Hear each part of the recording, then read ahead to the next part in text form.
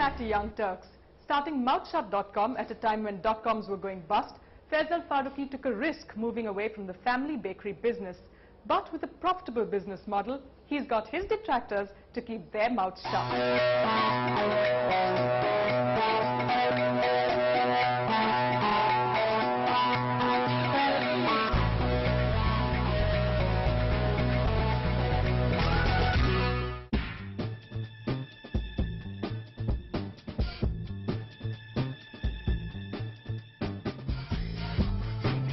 If you love to voice your opinion, you could do with keeping your mouth shut. Sounds like a paradox? Well, mouthshut.com is the brainchild of Faisal Farooqui. It's a portal which encourages consumers to voice their views. A person-to-person information exchange, or rather a euphemistic way to describe a site where reviews are posted and can be read by all. It has managed to become a profitable venture in less than 5 years. To begin with, why the name mouthshut.com when it is obviously encouraging customers to talk? Well, there are two kinds of answers to that. One obviously is the philosophical answer, and one is the pragmatic answer to that. The philosophical answer is traditionally consumers in India for the longest time have been asked to keep their mouths shut. They've never been able to express their opinions, they've never been able to express their feedback about products and services. Manufacturers and advertisers have always dominated. Handed them down. Exactly, exactly. So it's now a rhetorical declaration that consumers are now going to speak, you keep your mouth shut, which is manufacturers, service providers. The pragmatic answer is obviously there were a lot of dot-coms that were competing for your attention. And we thought that we should have an easy name, easy to recall. There's no two way to spell about mouth shut. You know, you cannot spell mouth shut in any other form than mouth shut. Everybody's comfortable with the way you spell mouth shut. It's easy to recall, as I said. But you know, you obviously would have learned from the mistakes of the other dot-coms. What was the first learning that you saw when you saw all the other dot-coms going bust? That's a very good question. I think when we first started, we realized that as a dot-com, our core, our hub, our central space would be the technology. And we always wanted to build a solid technology, a technology that is scalable, that can handle millions of people on our website. We always wanted to have a scalable technology, and for that reason we maintain technology in-house. Apparently, or I should say unfortunately, a lot of dot-coms that started around the same time that we did outsourced their technology to third parties. And I think that was a very big mistake. And concentrated more on? Concentrated more on marketing and brand building. Initially, we realized that brand building and marketing can take time, and it is a time-consuming. You had some interesting marketing initiatives. I mean, you used to have the back of rickshaws having mouthshut.com. We always wanted to come out. We always wanted to come out with innovative marketing ideas because, because we didn't have really a whole lot of money to spend on traditional market, to go with something that will strike a chord with our market audience, the target market that we're looking, which is anybody in the country who had access to the internet. And we realized that rickshaw advertising, which was pioneered by us, was a great way to reach out to the common people across the country. In every city you have rickshaws, and we used this medium. It was never explored before. You know, we ventured out. So how does the business model work? I mean, from the time you started it in 2001 to now, you've obviously expanded your revenue stream. So what are the different revenue streams for mouthshut? When we started, we saw a lot of dot-coms that were collapsing and going down. Obviously, they had some good revenue models, but they were not executed very well. We learned from their mistakes. One of the reasons why we didn't go out for full-blown brand building exercise from day one is because we wanted to conserve on the cash that we had.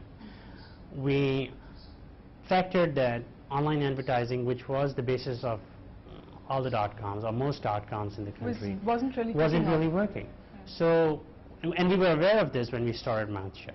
So we had never factored online advertising as a revenue model, at least for the first few years, in mouthshut.com's revenue stream.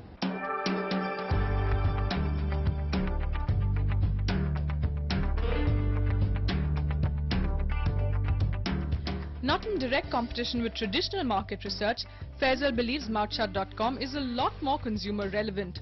like the time he accessed his site to decide which mobile phone to buy. Not taking the subscription model, Faisal has developed a 5-stream revenue model for Mouth Shut. This includes a fee for sharing feedback with manufacturers, to providing software that allows marketers to receive and organize feedback directly on their company website. Mouth Shut primarily works on trust. Mouth Shut believes that everybody on the internet can be trusted. People by nature are good.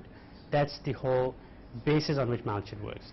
Now, the execution part is consumers write reviews and they would like to post their feedback, which in turn helps other consumers before they decide. Which you moderate, right? We don't moderate. We don't moderate at all because we don't have the expertise.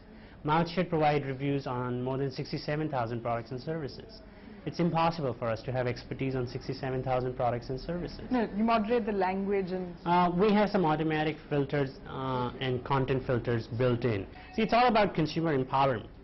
Mouth Shut believes that consumers can help other consumers decide on what is good, what is bad, because that's what's happening in real life.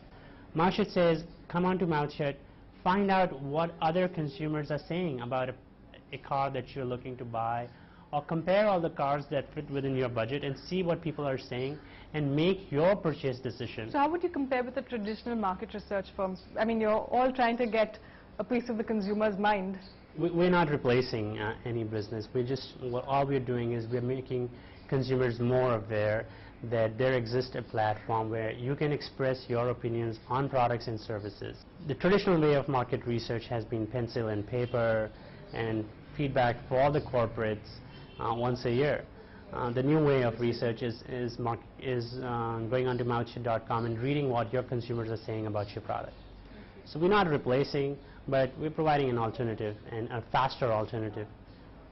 Have you at any point thought of selling out? We haven't. To be very honest, we haven't. We're quite But I'm content. sure you've been approached. We've been approached by some very big names. 2 of them we're still talking to. They've expressed interest in acquiring mouthshut.com. Traditionally, I would say that yes, for the right amount, we will make an exit. But we also have another concern. We're looking more for a partner than just somebody who will acquire us. We're looking for a partner who will treat consumers as the king, just like we have pampered the customer on mouthshut.com. How big is Mouth Shut currently in terms of the company size, employee strength, as well as We started with turnover? 3 people. We started with 3 people, and we are profitable. We have. You won't give figures. We are profitable, I can tell you. We are more than profitable, and we're meeting our business plan and the revenue stream that we had forecasted. Everything is moving as per our expectations. We're quite comfortable with it. There's no immediate need for us to go out and make an exit or sell out. Tell me, what do you do in your free time? I know you have 3 kids, so your personal life keeps you busy. Oh yeah, I mean, I love to mentor people, especially people who have a dream and desire to have a career, are passionate about doing something, but they don't know how to go about it. College kids, fresh out of college, who I feel have a lot of potential. Other than that, I do some guest lecturing, etc., for concepts that I really believe in.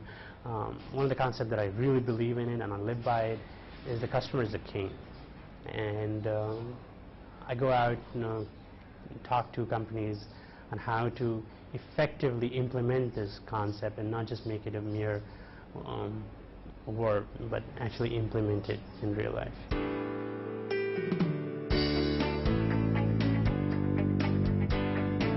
Faisal comes from a typical well-to-do business household, but he was put through the business plan presentation route before his extended family when he chose to move away from the family bakery business. It was only then that they gave the go-ahead for Mouth Shut. Offices in the US and UAE means that Faisal is a frequent flyer, but when off work, chill-out time is at home with his 3 kids. Well, why don't you get onto mouthshut.com and do a review of Faisal Farooqui and this interview. We'll take a short break, but when we come back, we'll find out more about our young Turks.